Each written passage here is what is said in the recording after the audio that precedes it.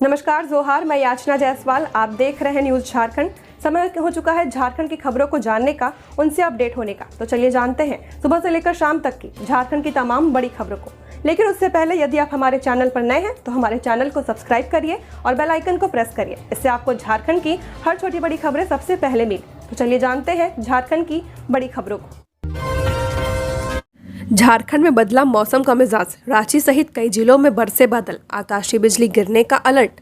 झारखंड में साइक्लोन और निम्न दबाव क्षेत्र की सक्रियता के कारण मानसून पूरी तरह हावी है। राजधानी रांची सहित प्रदेश के कई जिलों में दोपहर बाद मौसम बदल गया। हवा के साथ तेज बारिश हुई है। राजधानी रांची में रविवार को भी जमकर बारिश हुई है। इस बारिश का वजह से मोहल्ले के साथ साथ घरों में पानी घुस गया। वहीं मौसम विभाग ने संथाल परगना के जिलों में भी बारिश की बात कही है।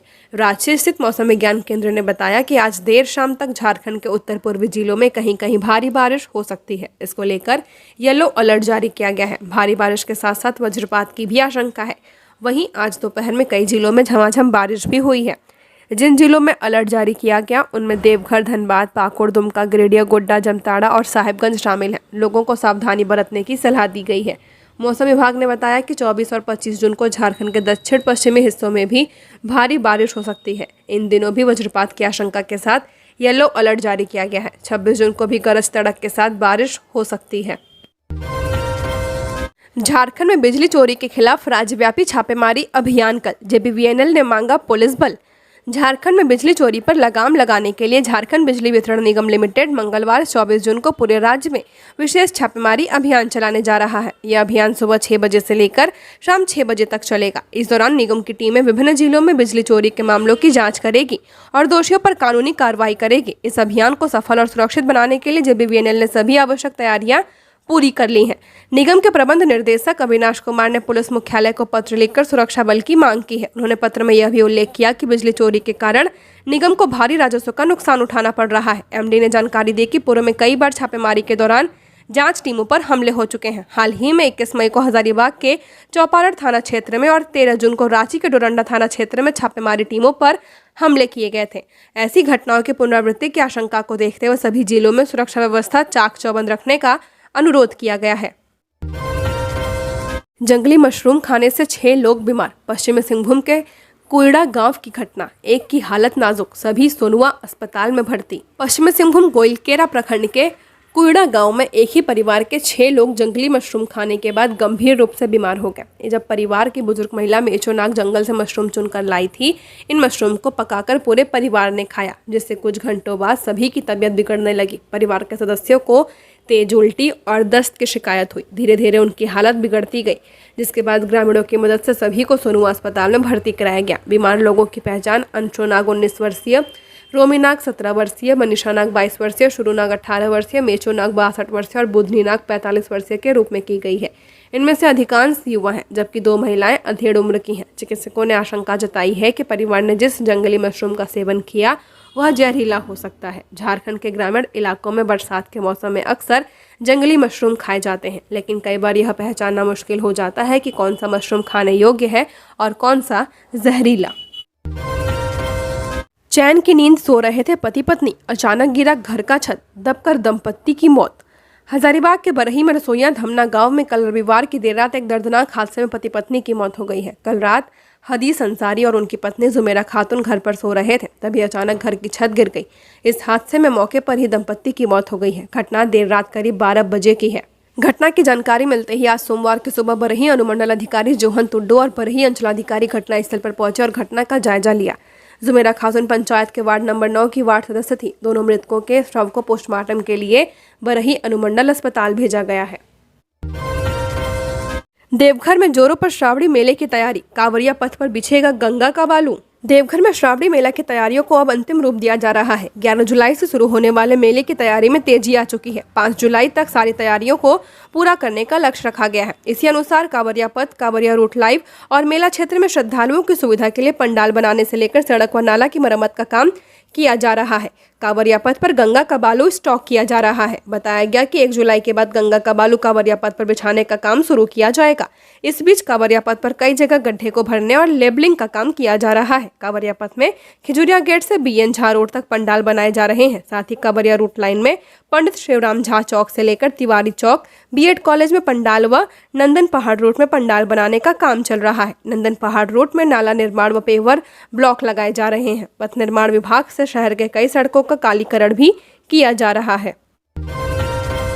पहली बारिश में ही कांटाटोली फ्लाईओवर की सड़क उखड़ी, दीवारों में दरारें, लोगों में नाराजगी। राजधानी रांची के बहुप्रतीक्षित कांटाटोली फ्लाईओवर की गुणवत्ता पर सवाल उठने लगे हैं। पहले ही बारिश में फ्लाईओवर की सड़कें उखड़ने लगी हैं, दीवारों में दरारें देखी गई हैं और कई हिस्सों में जल जमाव हो रहा है। रविवार को 1.5 घंटे की बारिश ने फ्लाईओवर की पोल खोल दी है। कुछ जगहों पर सड़क की परत उखड़ गई और गड्ढे बन गए हैं, जिससे आवाजाही में खतरा बढ़ गया है। इतना ही नहीं, फ्लाईओवर से पानी का रिसाव भी देखा गया, जो भविष्य में संरचना को नुकसान पहुंचा सकता है। दीवारों में आई दरारों की मरम्मत पहले ही की जा चुकी है, लेकिन अब फिर से इस पर सवाल उठने लगे हैं। कांटाटोली फ्लाईओवर पिछले साल जनता को समर्पित किया गया था और इससे ट्रैफिक जाम की समस्या से काफी हद तक राहत मिली थी, लेकिन अब उसकी गुणवत्ता पर उठे सवालों ने लोगों को चिंतित और नाराज कर दिया है।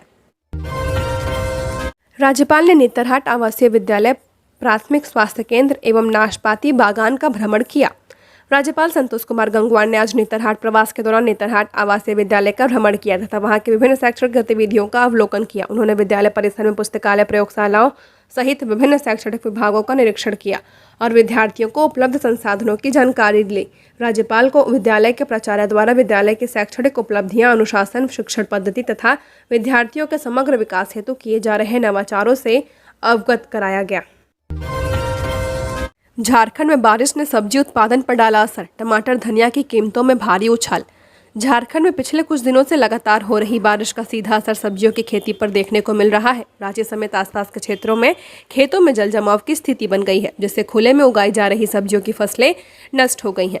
इसका नतीजा यह हुआ कि सब्जियों की कीमतों में अचानक भारी उछाल आ गया है। 4 दिन पहले तक 15 से 20 रुपए प्रति किलो बिकने वाला टमाटर अब 60 से 80 रुपए किलो तक बिक रहा है। वहीं धनिया की कीमतों में तो 4 गुना की वृद्धि देखी गई है। जो धनिया पहले 160 रुपए प्रति किलो था, वह अब 400 रुपए किलो तक बिक रहा है। और मांझी के किसान घनसू महतो ने बताया कि मूसलाधार बारिश के कारण खेतों में पानी भर गया और सब्जियों की फसल सड़ने लगी है। चूंकि अधिकतर सब्जियों की खेती खुले में होती है, इसलिए बारिश का सीधा नुकसान किसानों को झेलना पड़ रहा है। नेतरहाट समेत 4 आवासीय विद्यालयों में नामांकन प्रक्रिया शुरू, जानिए कैसे मिलेगा एडमिशन। नेतरहाट आवासीय विद्यालय समेत झारखंड के 4 आवासीय विद्यालयों में नामांकन प्रवेश परीक्षा के लिए आवेदन प्रक्रिया शुरू हो चुकी है। झारखंड एकेडमिक काउंसिल द्वारा ऑनलाइन आवेदन लिए जा रहे हैं। विद्यार्थी झारखंड एकेडमिक काउंसिल की आधिकारिक वेबसाइट के जरिए आवेदन जमा कर सकते हैं। आवेदन करने की अंतिम तिथि 2 जुलाई 2025 है। जैक द्वारा इंदिरा गांधी बालिका आवासीय विद्यालय हजारीबाग, नेतरहाट आवासीय विद्यालय और इन दोनों विद्यालयों की तर्ज पर दुमका व चाईबासा में संचालित विद्यालयों में नामांकन के लिए आवेदन लिया जा रहा है। विद्यार्थियों को ऑनलाइन जमा फॉर्म का प्रिंट निकालकर इसे संबंधित स्कूल के प्रधानाध्यापक से सत्यापित कराना होगा। इसके बाद आवेदन संबंधित जिला के जिला शिक्षा पदाधिकारी कार्यालय में जमा होगा। जिला शिक्षा पदाधिकारी कार्यालय में 3 जुलाई तक आवेदन जमा किए जाएंगे। चाईबासा के लौह अयस्क खदान में हादसा, गुआ सेल खदान में हॉलपैक का टायर फटा, 1 की मौत, 3 घायल। सुरक्षा को लेकर उठे सवाल। पश्चिमी सिंहभूम के चाईबासा स्थित सेल के गुआ सेल लौह अयस्क खदान में दर्दनाक हादसा हो गया। खदान में हॉलपैक वाहन के टायर में हवा भरने के दौरान अचानक तेज धमाके के साथ टायर फट गया है। इस हादसे में एक सेल कर्मी चरण पूर्ति की मौके पर मौत हो गई है, जबकि 3 अन्य कर्मी गंभीर घायल हैं। घटना से खदान परिसर में अफरा तफरी मच गई है। प्रत्यक्षदर्शियों के अनुसार जब कर्मी हॉलपैक वाहन के टायर में हवा भर रहे थे, उसी दौरान टायर फट गया और उसकी चपेट में 4 कर्मचारी आ गए। टायर का दबाव इतना ज्यादा था कि एक कर्मी ने मौके पर ही दम तोड़ दिया। वहीं 3 अन्य को गंभीर चोट आई है। हादसे के बाद घायलों को पहले गुआ अस्पताल ले जाया गया, जहां प्राथमिक उपचार के बाद उन्हें नोवा मुंडे से टिस्को अस्पताल में रेफर किया गया है। अस्पताल सूत्रों के अनुसार घायलों में एक की हालत चिंताजनक है। डॉक्टरों की टीम लगातार निगरानी कर रही है। सेल प्रबंधन ने मृतक के परिजनों को हर संभव मदद देने का आश्वासन दिया है। साथ ही घोषणा की है कि 15 दिनों के अंदर मृतक के एक आश्रित को कंपनी में नौकरी दी जाएगी। घटना के बाद गोवा क्षेत्र पहुंचे पूर्व मुख्यमंत्री मधु कोड़ा ने घायलों से अस्पताल में मुलाकात की और उनके इलाज की जानकारी ली। झारखंड में सेकेंडरी टीचर के 1373 पदों पर बम्पर बहाली, 17 जुलाई तक ऑनलाइन आवेदन का मौका। झारखंड में सरकारी स्कूलों में शिक्षकों की भारी कमी को देखते हुए झारखंड कर्मचारी चयन आयोग ने माध्यमिक विद्यालयों में सेकेंडरी टीचर के 1373 पदों पर नियुक्ति प्रक्रिया शुरू कर दी है।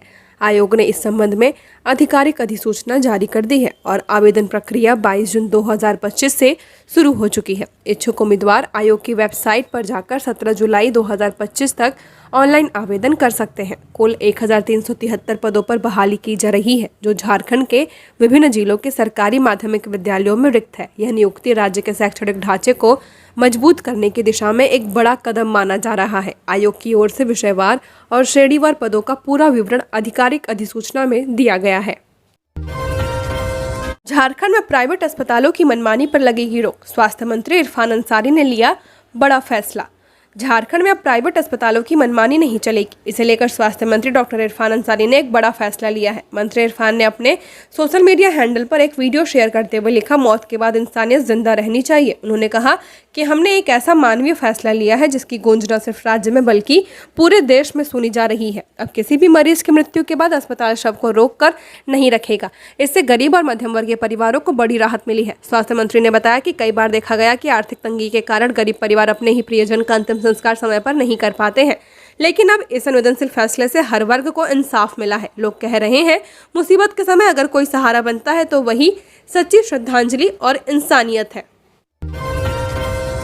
कुख्यात गैंगस्टर उत्तम यादव ने ली हजारीबाग गोलीकांड की जिम्मेदारी, व्यवसायियों को दी खुली धमकी।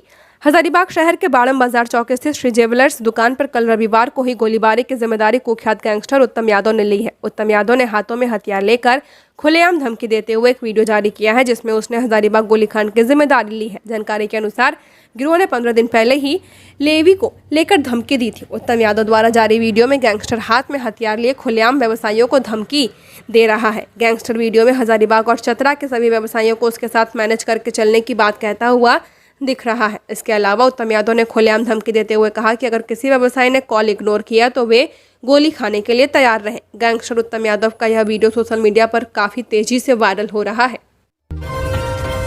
पाकुड़ में बोलेरो पलटने से एक घायल, बाइक के अचानक मुड़ने से हुआ हादसा, ग्रामीणों ने 4 यात्रियों को बचाया। पाकुड़ के लिट्टीपाड़ा थाना क्षेत्र में एक बोलेरो दुर्घटनाग्रस्त हो गई। यह हादसा लिट्टीपाड़ा हिरणपुर मुख्य सड़क पर नवाडीह गांव के पास हुआ है। गोंडा से पाकुड़ जा रही बोलेरो में 4 लोग सवार थे। दुर्घटना तब हुई जब आगे चल रहे एक मोटरसाइकिल चालक ने अचानक अपनी बाइक को दाहिनी तरफ मोड़ लिया। बोलेरो चालक ने टक्कर बचाने के लिए अचानक ब्रेक लगाया। इससे वाहन असंतुलित होकर सड़क से नीचे पलट गया। हादसे में एक व्यक्ति को चोट आई है। स्थानीय लोगों ने तुरंत मदद के लिए आगे आए और वाहन में फंसे सभी यात्रियों को बाहर निकाला। उन्होंने पुलिस को भी सूचित किया है। पुलिस ने मौके पर पहुंचकर चालक से पूछताछ की और जेसीबी की मदद से बोलेरो को सड़क पर वापस लाया। ग्रामीणों का कहना है कि इस सड़क पर अक्सर मोटरसाइकिल चालक तेज गति से वाहन चलाते हैं, जिससे छोटी मोटी दुर्घटनाएं होती रहती हैं। जिला प्रशासन के निर्देश पर परिवहन विभाग सड़क सुरक्षा के लिए जागरूकता अभियान चला रहा है। विभाग ग्रामीण क्षेत्रों, हाट और विद्यालयों में लोगों को हेलमेट और सीट बेल्ट के उपयोग के लिए प्रेरित कर रहा है। रघुवर दास और दीपिका पांडे की वायरल हुई ट्रेन मुलाकात, पेशा कानून पर हुई चर्चा।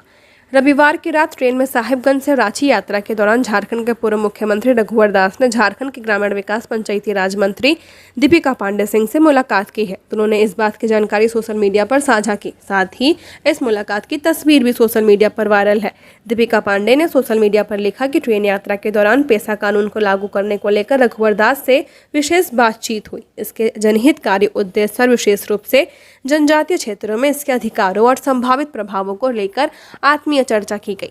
वहीं रघुवर दास ने लिखा, मंत्री दीपिका पांडे सिंह को राज्य और आदिवासियों के हित में पेशा कानून लागू कराने को लेकर राजनीतिक भावना से ऊपर उठकर काम करने का सुझाव दिया है। उन्होंने इस बात पर जोर दिया कि रूढ़िवादी परंपरा को लागू करने से आदिवासियों को स्वशासन का अधिकार मिलेगा, जो पेशा कानून का एक महत्वपूर्ण पहलू है। लातेहार में छात्र की बेरहमी से पिटाई, स्कूल के रसोइया पर आरोप, प्रिंसिपल बोले जांच के बाद होगी कार्रवाई। जिले के होटवाग में एक छात्र की पिटाई का मामला सामने आया है। घटना लातेहार के अनुसूचित जाति आवासीय विद्यालय की है। छात्र की पिटाई से नाराज अभिभावकों ने स्कूल परिसर में जमकर हंगामा किया है। परिजनों का आरोप है कि स्कूल के रसोइया ने छात्र को गोबर फेंकने के लिए कहा था, लेकिन छात्र ने गोबर फेंकने से मना कर दिया, जिसके बाद रसोइया ने स्कूल के दूसरे बच्चों से छात्र को पिटवाया। उसके बाद उसने भी छात्र को पैरों से मारा। मारपीट में घायल छात्र को गंभीर चोट आने के बाद इलाज के लिए अस्पताल में भर्ती कराया गया है। हालांकि रसोइया ने मारपीट के आरोप से इनकार किया है। दरअसल अनुसूचित जाति आवासीय विद्यालय होटवाग लातेहार के 7वीं कक्षा में पढ़ने वाले एक छात्र के साथ विद्यालय प्रांगण में जमकर मारपीट की गई थी। मारपीट में उसे पेट में चोट आई है, जिसके बाद उसका इलाज मेदिनीनगर के एक अस्पताल में चल रहा है। बताया जा रहा है कि छात्र की किडनी में गंभीर चोट आई है। मारपीट की घटना की सूचना के बाद बच्चों के अभिभावकों ने हंगामा किया और दोषी रसोइया पर कार्रवाई की मांग की है। कट ऑफ डेट की आड़ में युवाओं के साथ हो रहा अन्याय, जयराम महतो। एनटीपीसी पकरी बरवाडीह कोयला खनन परियोजना को लेकर विस्थापित युवाओं का गुस्सा फूट पड़ा है। युवा विस्थापित संघर्ष समिति के बैनर तले हजारीबाग बड़का गांव मुख्य पथ पर 13 माइल में चल रहे अनिश्चितकालीन धरना को उस समय और बल मिला जब डुमरी विधायक जयराम महतो खुद धरना स्थल पर पहुंचे और आंदोलनकारियों को पूरा समर्थन देने का ऐलान किया। जयराम महतो ने कहा कि कट ऑफ डेट की आड़ में युवाओं के साथ अन्याय हो रहा है। उन्होंने आंदोलनकारियों से मांग पत्र लेकर प्रशासन और खनन कंपनी से संवाद की बात की और आश्वासन दिया कि इनकी मांगों को वे राज्यपाल और संबंधित विभाग तक पहुंचाएंगे। विरोध कर रहे युवाओं की मांग है कि 2016 का कट ऑफ डेट मानकर विस्थापन का लाभ केवल उन्हीं को दिया गया जिनकी उस समय उम्र 18 वर्ष थी, लेकिन अब जब वर्ष 2025 में विस्थापन हो रहा है तब कई ऐसे युवा जिनकी उम्र अब 25-26 वर्ष है वह विस्थापन का लाभ पाने से वंचित रह गए हैं। गिरिडीह देह व्यापार मामले में पुलिस ने महिला को किया गिरफ्तार, 2 नाबालिग रेस्क्यू। मुफस्सिल थाना पुलिस ने देह व्यापार कराने के मामले में एक महिला को गिरफ्तार किया है। आरोपी महिला की पहचान पिंकी देवी उर्फ नीतू देवी के रूप में की गई है। पुलिस ने उसके किराए के मकान से 2 नाबालिग लड़कियों को भी रेस्क्यू किया है। मिली जानकारी के अनुसार नीतू देवी मुफस्सिल थाना क्षेत्र के 28 नंबर इलाके में किराए के मकान में रहकर देह व्यापार का रैकेट संचालित कर रही थी। बताया जाता है कि वह अपने ही घर से ग्राहकों को बुलाकर नाबालिग लड़कियों को भेजा करती थी। गुप्त सूचना के आधार पर मुफस्सिल थाना प्रभारी श्याम किशोर महतो के नेतृत्व में पुलिस टीम ने उक्त स्थान पर छापेमारी की है। इस दौरान आरोपी महिला को गिरफ्तार कर लिया गया और मौके से दोनों नाबालिगों को सुरक्षित रेस्क्यू कर लिया गया है। पुलिस मामले की जांच में जुट गई है और यह पता लगाने का प्रयास कर रही है कि रैकेट में और कौन कौन लोग शामिल हैं। अंतर्राष्ट्रीय स्तर पर देश का नाम रोशन करने का जज्बा, बच्चों को तराशने में जुटा धनबाद खेल विभाग।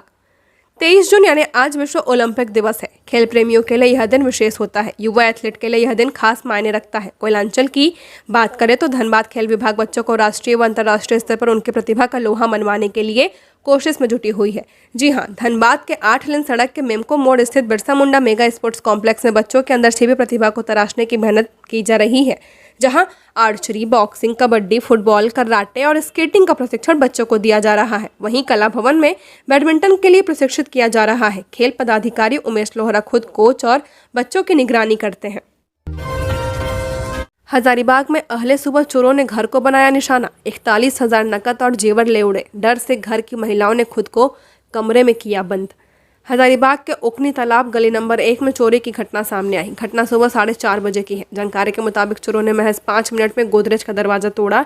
41,000 रुपये नगद के साथ सोने के आभूषण ले गए। जिनके घर में सुबह सुबह चोरों ने हाथ साफ किए, उनका नाम विशाल सिन्हा है। वह पेशे से बस कंडक्टर है। उनकी पत्नी सिमरन ने बताया कि सुबह 4 बजे पति ड्यूटी के लिए निकल गए थे। उनके जाने के बाद कुछ देर बाद दरवाजा तोड़ने की आवाज़ सुनाई थी। मेरे 7 बच्चे और बहन थी। जिस कमरे में हम सोए हुए थे उसका दरवाजा डर से हमने अंदर से बंद कर लिया था।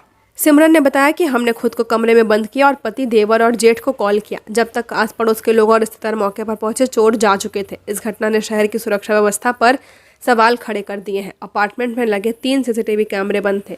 एक दिन पहले ही शहर में 7 राउंड गोलीबारी की घटना भी हुई थी। 2 दिन में 2 बड़ी वारदातों से स्थानीय लोगों में दहशत का माहौल है। नई उत्पाद नीति के तहत पूरी नहीं हुई प्रक्रिया, 1 जुलाई से शराब की बिक्री पर पड़ेगा असर। झारखंड में 30 जून को वर्तमान उत्पाद नीति के तहत शराब की बिक्री बंद हो जाएगी। अभी खुदरा शराब की बिक्री कर रही प्लेसमेंट एजेंसी को 31 मार्च के बाद 30 जून तक का अवधि विस्तार दिया गया है। इसके बाद नई उत्पाद नीति के तहत खुदरा दुकानों की लॉटरी से बंदोबस्ती की जाएगी। इस नीति को कैबिनेट से स्वीकृति मिल चुकी है, लेकिन अभी तक जरूरी प्रक्रियाएं पूरी नहीं हो पाई हैं। ऐसे में 1 जुलाई से नई नीति के तहत शराब की खुदरा बिक्री शुरू नहीं हो पाएगी। इस संबंध में जिलों को अब तक कोई आधिकारिक निर्देश भी नहीं मिला है। हालांकि उत्पाद मंत्री योगेंद्र प्रसाद ने कहा कि जब तक लॉटरी और अन्य आवश्यक प्रक्रियाएं पूरी नहीं होती तब तक JSBCL की देखरेख में शराब की खुदरा बिक्री जारी रहेगी। लेकिन उनके इस घोषणा को लेकर अब तक जिलों को कोई पत्र जारी नहीं किया गया है। इससे जिला स्तर पर तैयारी नहीं हो सकी है, जबकि 1 जुलाई से अब महज 10 दिन बचे हैं। ऐसे में सभी की नज़र इस बात पर टिकी है कि राज्य में 1 जुलाई से शराब की बिक्री कैसे होगी। बाबा मंदिर में पट बंद होने और खुलने का समय तय नहीं, घंटों लाइन में खड़े रहने को मजबूर भक्त।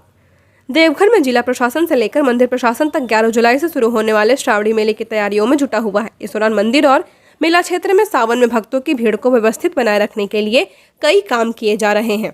श्रावणी मेले को लेकर मंदिर की व्यवस्था में भी कुछ बदलाव किए जा रहे हैं, लेकिन बाबा मंदिर के पट बंद होने और खुलने का समय निश्चित नहीं होने से पंडा धर्म रक्षणी सभा के पूर्व उपाध्यक्ष मनोज मिश्रा को असंतोष है। इस संबंध में मनोज मिश्रा ने कहा कि बाबा बैजनाथ धाम से करोड़ों श्रद्धालुओं की अटूट आस्था जुड़ी है। सावन हो या अन्य दिन देश के कोने कोने से भक्त यहां आकर बाबा बैजनाथ का जलाभिषेक करते हैं।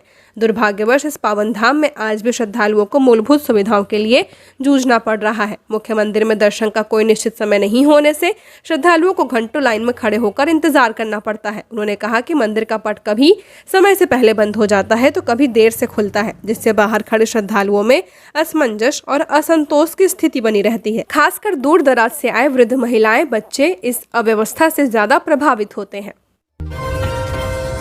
एटीएम में कार्ड फंसा, फोन किया इंजीनियर को, खाता हो गया खाली। राजधानी में एटीएम से पैसे निकालने वाले लोगों के लिए सतर्कता बेहद जरूरी हो गई है। ठगों ने अब एक नया तरीका अपनाया है, जिससे वे आसानी से लोगों के बैंक खाते खाली कर रहे हैं। यह ठगी खासकर ऐसे एटीएम में हो रही है जहां सुरक्षा गार्ड नहीं होते हैं। शातिर ठग खुद को बैंक इंजीनियर बताकर एटीएम मशीन के अंदर एक मोबाइल नंबर चिपका देते हैं। जब कोई ग्राहक एटीएम में पैसा निकालने आता है और उसका कार्ड मशीन में फंस जाता है तो वह मदद के लिए उस नंबर पर फोन करता है। उधर से ठग उसे झांसा देते हुए पास की बैंक शाखा में जाने को कहते हैं और दावा करते हैं कि वहीं से कोई व्यक्ति मदद करने आएगा। इसी दौरान या तो पीड़ित से उसका पिन कोड मांग लिया जाता है या फिर ठग छिपकर उसे देख लेते हैं। फिर मौका मिलते ही ठग मशीन से कार्ड निकालकर खाते से सारा पैसा निकाल लेते हैं। जब पीड़ित दोबारा एटीएम पर लौटता है तो वहां न कार्ड होता है न कोई मदद।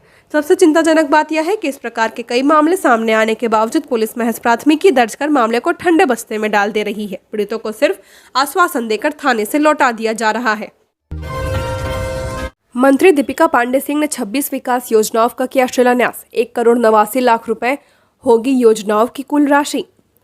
ग्रामीण विकास एवं पंचायती राज मंत्री दीपिका पांडे सिंह ने बीते रविवार को गोड्डा के महागामा नगर पंचायत के अलग अलग वार्डों में 26 विकास योजनाओं का नारियल फोड़कर शिलान्यास किया है। बता दें कि योजनाओं की कुल राशि 1,89,00,000 रुपए है। इस विकास कार्य में पीसीसी सड़क, आरसीसी कवर नाला, स्लैब युक्त ईट नाली और पेवर ब्लॉक शामिल हैं। कार्यक्रम की शुरुआत रामशुल हाउस से सत्संग भवन तक, वहीं गजाधर सिंह हाउस, बजरंगबली मंदिर रोड, बसुआ ईदगाह सहित कई जगहों में योजनाओं की आधारशिला रखी गई। वहीं विधानसभा के स्थानीय ग्रामीणों द्वारा मंत्री का फूल मालाओं से स्वागत किया गया। मंत्री दीपिका पांडे ने कहा कि महागामा मेरी कर्मभूमि है और इस आधार पर यहाँ के लोगों को बेहतर सुविधाएं देना मेरी प्राथमिकता है। राज्य सरकार जमीन की समस्या का समाधान करे, नहीं तो झारखंड में भी होगी हिंसा। जयराम जेएलकेएम के डुमरी विधायक जयराम महतो ने कहा कि पूरे झारखंड में जमीन की समस्या विकराल हो गई है। राज्य सरकार ठोस कानून बनाकर जमीन की समस्या का समाधान करे, नहीं तो झारखंड में भी हिंसा होगी। विधायक ने उक्त बातें लतेहार में कही हैं, जिन्होंने कहा कि झारखंड की आधी समस्याओं का समाधान जमीन की समस्याओं के समाधान होने से ही हो जाएगा। उन्होंने कहा कि विधानसभा सत्र के दौरान एक बार नहीं 3 बार इस मामले को उठाया गया है। एक सवाल के जवाब में उन्होंने कहा कि झारखंड के ब्यूरोक्रेट सरकार के कंट्रोल रूम में नहीं है। उन्होंने कहा कि पिछली सरकार में ब्यूरोक्रेट्स जनप्रतिनिधि की बात सुनते थे, लेकिन आज की सरकार में ब्यूरोक्रेट्स विधायक तो क्या सांसद की बात भी नहीं सुन रहे। श्री महतो ने कहा कि हमारी पार्टी हक व अधिकार के लिए संघर्ष कर रही है। उन्होंने कहा कि राज्य में भाषा को लेकर काफी भिन्नता है। राज्य में हर 1-2 जिलों में भाषा बदल जाती है, इसलिए 1 या 2 भाषा के आधार पर नीति निर्धारण नहीं हो सकता। राज्य सरकार को चाहिए कि टीम बनाकर प्रखंड व जिलावार सर्वे करे। सर्वे रिपोर्ट के आधार पर जिलावार या फिर प्रखंडवार भाषा को सूची में शामिल करें। उन्होंने कहा कि राज्य का दुर्भाग्य है कि राज्य गठन के 25 वर्ष बाद भी यहाँ स्थानीय नीति का निर्धारण नहीं हो पाया है। 75% स्थानीय युवाओं को रोजगार का वादा कागजों में ही सिमट गया। इंदिरा गांधी आवासीय बालिका विद्यालय का हाल बदहाल, 14 सालों से स्कूल में नहीं है प्रिंसिपल। झारखंड में राज्य स्तर पर इकलौता आवासीय स्कूल है इंदिरा गांधी आवासीय बालिका विद्यालय। इस विद्यालय ने अपने स्थापना के 41 साल पूरे कर लिए हैं। इसकी स्थापना 27 जनवरी 1984 को हुई थी। विद्यालय की छात्राओं ने शुरू से मैट्रिक में राज्य स्तर पर बेहतर प्रदर्शन कर स्कूल एवं हजारीबाग जिले का नाम रोशन किया है। इस पूरी अवधि में एक भी छात्रा परीक्षा में असफल नहीं हुई है। जानकारी के अनुसार 41 सालों में 2500 से ज्यादा छात्राओं ने विद्यालय से मैट्रिक परीक्षा पास की है, जबकि 3000 से ज्यादा छात्राओं का नामांकन लिया गया है। इसमें कुछ लोगों ने पढ़ाई छोड़ दी, जबकि कुछ छात्राएं परीक्षा में शामिल नहीं हुई। वहीं दूसरी ओर बहाली नहीं होने से 41 सालों में विद्यालय में टीचर्स और नॉन टीचिंग स्टाफ में कमी आई है। विद्यालय में 102 पद हैं, लेकिन केवल 23 लोग काम कर रहे हैं। इनमें से 27 पद में केवल 2 शिक्षिका कार्यरत हैं। इन 2 शिक्षिकाओं में से एक रेणु ठाकुर भी 31 अगस्त 2025 को सेवानिवृत्त हो जाएंगी, जबकि 75 नॉन टीचिंग स्टाफ के पदों में 15 पर ही स्टाफ कार्यरत है। इनमें से संगीता सिंह 31 जुलाई एवं प्रीति लता बरवा 31 अक्टूबर को सेवानिवृत्त हो जाएंगे। इसका मतलब है कि सितंबर 2025 से पूरा स्कूल मात्र एक शिक्षिका कामिनी के भरोसे चलेगा, जो 2027 में रिटायर होने वाली है। वहीं बिहार के समय नियुक्त प्राचार्य अनद्दा तिवारी 31 मई 2011 को रिटायर हो गई। इसके बाद 15 सालों से स्कूल में प्राचार्य का पद खाली है। घर के कैंपस में लगी भीषण आग, लाखों के सामान जलकर हुए खाक।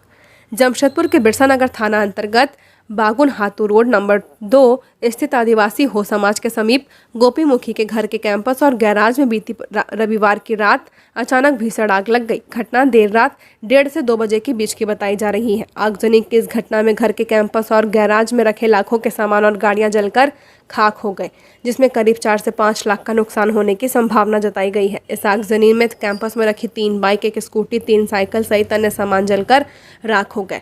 सूचना पर सुबह पहुंची दमकल की टीम ने आग पर काबू पाया। घटना में किसी के हताहत होने की सूचना नहीं मिली है। तो ये थी झारखंड की टॉप बड़ी खबरें। ऐसे ही झारखंड की हर खबरों को जानने के लिए हमारे चैनल को सब्सक्राइब करें। धन्यवाद।